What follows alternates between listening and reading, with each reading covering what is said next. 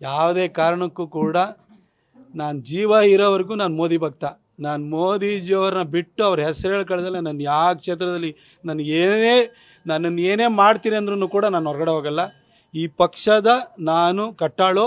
ಇವತ್ತು B J ಪಿನಲ್ಲಿ ಭಾಳ ಜನ ಇದ್ದಾರಲ್ವ, ಅವ್ರು ಯಾರು ಹಳೆ ಬಿ ಜೆ ಪಿಯವರಲ್ಲ. ಆದರೆ ನಮ್ಮಪ್ಪ 1961ರಲ್ಲಿ OTC ಕ್ಯಾಂಪನ್ನು ನಾಗ್ಪುರದಲ್ಲಿ ಮಾಡಿದರು. ನಮ್ಮಪ್ಪ 1968ರಲ್ಲಿ ಜನಸಂಘದ ದೀಪದ ಗುರುತಿನಲ್ಲಿ ಗೆದ್ದು ಪಂಚಾಯಿತಿ ಚೇರ್ಮನ್ ಆಗಿ 10 ವರ್ಷ ಪಂಚಾಯಿತಿ ಚೇರ್ಮನ್ ಆಗಿದ್ದಂಥವ್ರು. ನಾನು ಜನಸಂಘದ ಒಬ್ಬ ವ್ಯಕ್ತಿಯ ಮಗ. ನಾನು ಈ ಪಕ್ಷನ ಬಿಟ್ಟು ಹೋಗೋದು, ಸ್ವತಂತ್ರವಾಗಿ ನಿಲ್ಲೋದು, ಈ ಪ್ರಶ್ನೆಗಳೇ ಬರಲ್ಲ. ನಾನು ಸಾಯೋವರೆಗೂ ಮೋದಿ ಭಕ್ತ.